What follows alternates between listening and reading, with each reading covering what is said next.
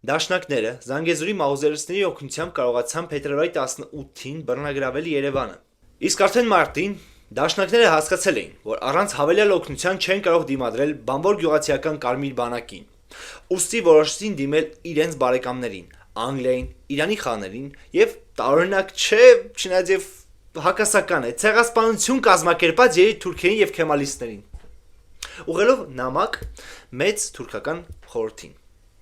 Դաշնակներն են ինչ արած։ Սակայն մինչև որ աշխարհի այս բոլոր ռեակցիոն ուժերը կարողանային օգնության հասնել դաշնակներին, հերոսական Կարմիր բանակը եւ հայ, ադրբեջանցի, քուրդ, եզդի աշխատավոր պարտիզանները ապրիլի 2-ին ազատագրեցին Երևանը եւ վերահաստատեցին խորհրդային իշխանությունը։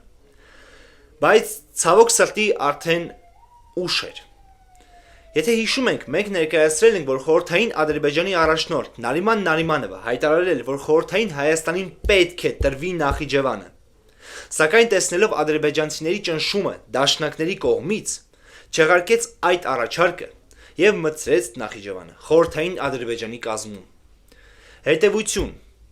մի եղեք դաշնակներ։ Այսինքն, եթե դաշնակները չկազմակերպեին իրենց այս խռովությունը, այսօր Նախիջևանը կլիներ Հայաստանի կազմում։